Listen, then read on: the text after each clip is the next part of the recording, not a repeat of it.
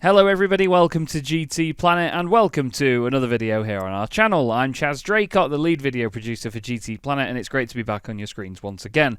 Now today, update 1.55 is here. We've got 4 new cars. The Honda Civic EF is a particular favourite of mine. I love an EF. We've obviously got that. We've got the Ioniq 5N as well, which is quite an exciting car, to be fair. I think it's a really, really cool looking bit of kit. Only in this spec, though. I cannot stand the standard one, but I think with this sort of N spec of it, looks really cool. I mean, the elephant in the room is that thing, the F3500-A. I don't know how you prefer to say 3500, but the F3500 is what I'm going to call it. 3500, I think, referencing the size of the engine, which is 3,500 cc. So it's going to be a V8. I believe it's based on, or at least mainly looks like, the 1992 Williams Formula 1 car. That's why I'm here today. I'm going to be driving that thing. I've not logged into the game as of, well, much long ago. Words, Chaz. I'm just too excited.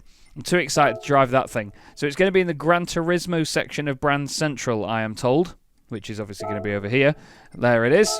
And, I mean, this is a great selection of cars anyway. I love these little carts. They're so much fun. The F1500-T, the turbo machine, phenomenal fun. But there she is. 1 million credits for 773 horsepower, 3496 cc. So, yeah, 3.5 litre V8, naturally aspirated V8 as well. And, you know, I think this is possibly the best shape of Formula 1 cars that has ever graced the earth. The early 90s was just before I was born. I was born in 1992. So I know these cars, I have an attachment to them, but I didn't grow up with them. I grew up, you know, seeing 96 onwards when they were a bit flatter and about as wide, but just a bit flatter and sort of slightly narrower when you got towards sort of 1998 times. But this is obviously one of the most exciting new cars to come to the game. We've got some fantastic liveries as well. It's great to see that the numbers change on the cars as well. I quite like the light blue there. I like the purple. That reminds me of some of the old polyphony coloured cars that you used to get in Gran Turismo 3. Orange, that'll be for the McLaren fans. Oh, is that like a pearlescent? Oh, that's sort of like a bit of a throwback to the 1991 Jordan in that colour. I like that one the most at the moment. Black and red, I think, is my favourite. Yeah, car number 13. We're going to purchase that, and I'm going to take it for a drive, because that's all this is going to be about, is just seeing a first experience of this. I mean, look at that angle of it. Don't they look so cool? This is just going to be, like I say, a first experience of this car, and, well, just to see what it's got, because obviously you don't have to worry about turbo lag like you do. Fantastic. You obviously don't have to worry about turbo lag or anything in this thing, because it's just pure, naturally aspirated fun. It's 773 horsepower and it's barely 500 kilos. I'm just going to check in sport, actually, because there is a new time trial going live today. Andrew hasn't done his article on it just yet, because we've been doing the update. And yes, there is actually a time trial in it. So there's my million for last time I logged in. So Monza. Okay. We'll go to Monza and we'll try this because, well, why not? Is it on racing mediums? I assume so, because it's allowing me to enter. Now, I want to drive it here, but Monza's very straight. There's a lot of long straights here, so you can't really play about with it in the corners. You can hear it.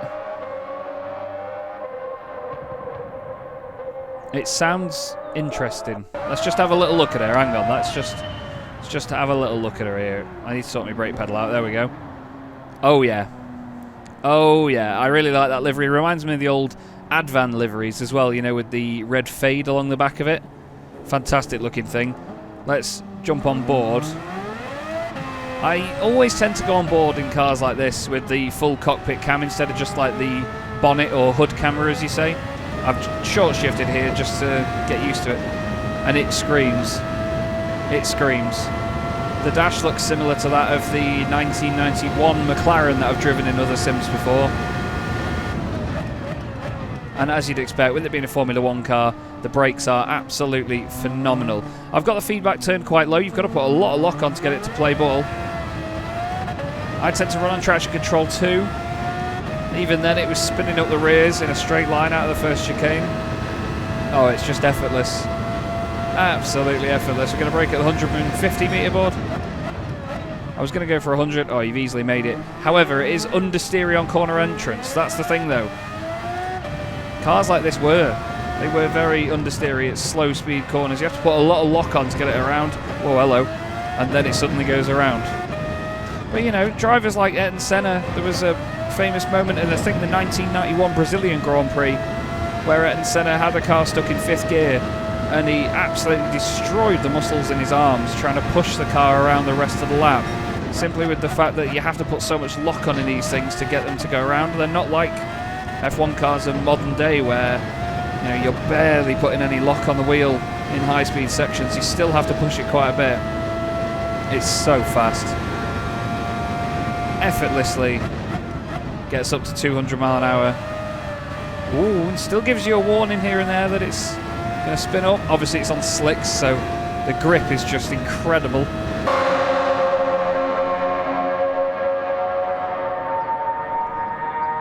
Past 200 miles an hour down the start-finish straight again. This isn't going to be a fast lap to get me a silver time or anything. I'm just going to enjoy the car. I'll give you an external shot of this one, I hope. So you can see it from the outside rather than just from in the cockpit in here. Screaming round Curva Grande. Broke at 100 metres. Oh, a little bit deep into the chicane. It's interesting to combine old school Formula 1 handling with the likes of Gran Turismo braking and lack of trail braking. So as soon as you come off the brakes, the car chucks itself in and turns. But while you're on the brakes, as Gran Turismo does, you're not really turning. It sounds great from in here. I imagine from the external camera angles it sounds even better. Oh, hello. Whoa, a little bit eager on the throttle there. That felt weird how it suddenly gained grip and got itself back on the circuit though. Down the long straight towards what is now Curva di Alboreto. I refuse to call it anything other than Parabolica. Up through the gears again and across the line.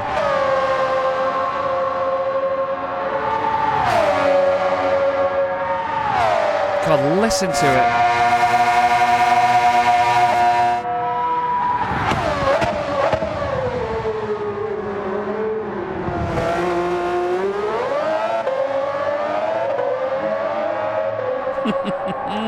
This is brilliant. I do want to try it at a more twisty and demanding circuit though than Monza. This is almost like a Formula 1 car's Achilles heel really, is Monza, because it's all slow speed corners and chicanes and it's all very clumsy. I mean, corners like this, the famous Lesmos, not so much slow speed corners I know, but just, oh god, not as sort of feature filled as other circuits, is it, Monza? I'm enjoying myself.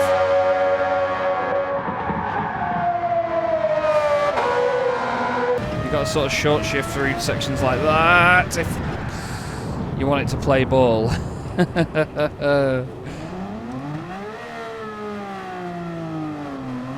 That's interesting. The clutch simulation there wouldn't let me get going. Either that or it was traction control kicking in. Either way, I know I'm not going to get a lap time on the board here, so what I'm going to do is go back and in my spare time I'll set a lap time around here. Let's take it to somewhere a little bit more demanding, shall we?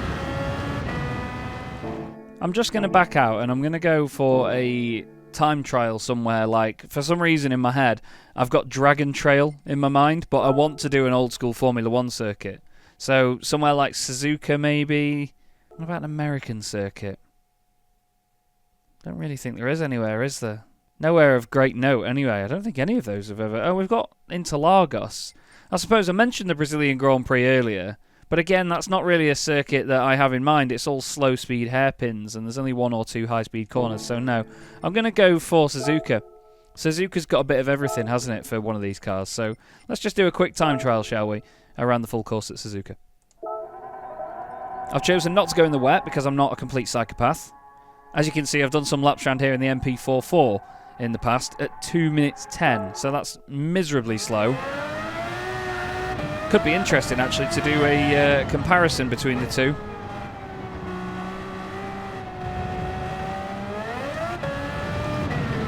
God, even short shifting there, it still tries to spin up the rears. The way it gets past 150 miles an hour is just mad. By the time you get onto a straight to even look at what speed you're doing, you're already doing 160. Just nice and hesitant, on and off the brakes a few times there. It's so strange how... I mean, I'm pushing too hard too early here, but I like how it doesn't just hop off the line and get going. It's strange how it feels like you have turbo lag in a naturally aspirated car, because obviously the power curve up to those high revs is so sudden that you just sort of all of a sudden get all this power, look.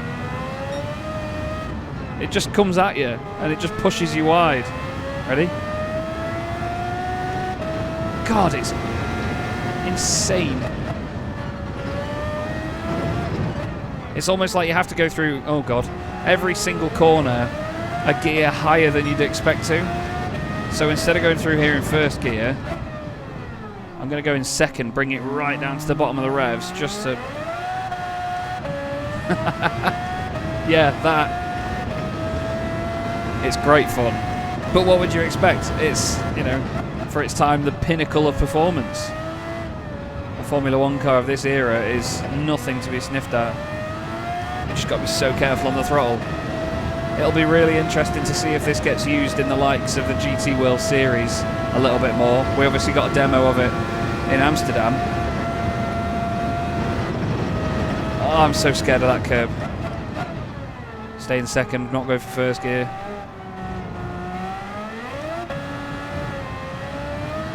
I'm scared to get on the throttle just in case it oversteers. Let's see if we can get a clean lap together. Still trying to find where the limits are around there, but problem always is the same, is that if you are running a slight bit wide and you try and touch the brakes, the car will just go straight. I'm so scared of the throttle. It's great on the brakes, very stable, even when you're turning and braking at the same time. The back end doesn't want to kill you. This is a monster. You just have to be supremely confident that you've got all of your braking done before the corner. Oh my word.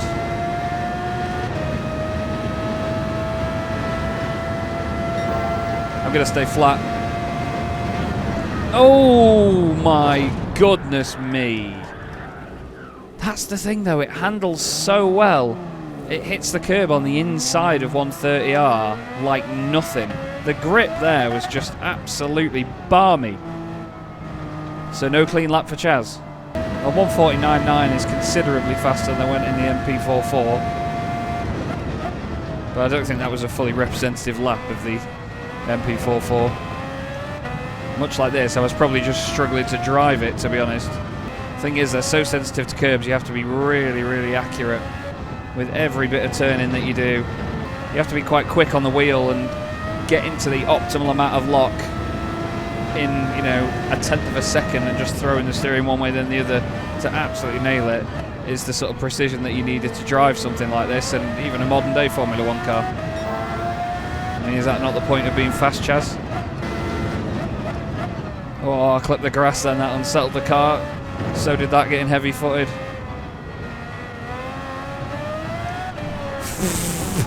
It's not easy, you know. If you try and push it too hard straight away, it is not easy to get this right.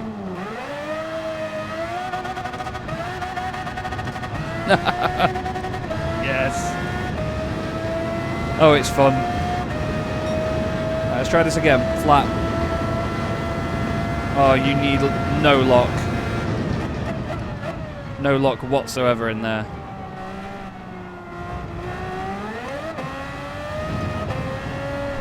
See what I mean, though? Wow. Because of, obviously, with all the power being high up in the revs, I'm going to just click retry here rather than do an entire new sort of warm-up lap. But you get the same sort of experience as driving a turbocharged car, where, you know, higher up the revs, or as soon as where the turbo would kick in, it just gets more and more oversteery. You cannot be flat on the throttle everywhere.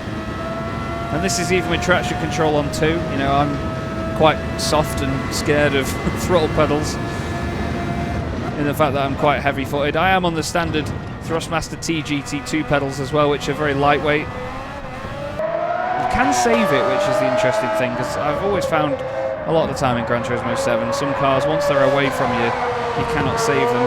a little bit sideways through there. I'm scared of it. I found myself scared of it. And they can be quite daunting cars to drive, in Formula 1 cars, and even some of the Group 1 machines, you know, some of the prototypes. I find they're a lot more stable than Formula 1 cars in most cases, but yeah, this is it's an occasion driving this. This is great. I can't imagine it'll be easy to race online. I really kind of hope they don't put this in daily races anytime soon. They should give people time to get used to this. Otherwise it's going to be mayhem. Or everyone's just going to run with traction control on 5.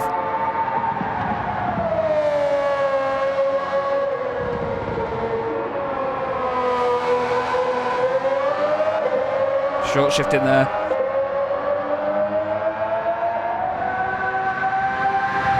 I'm going to go flat.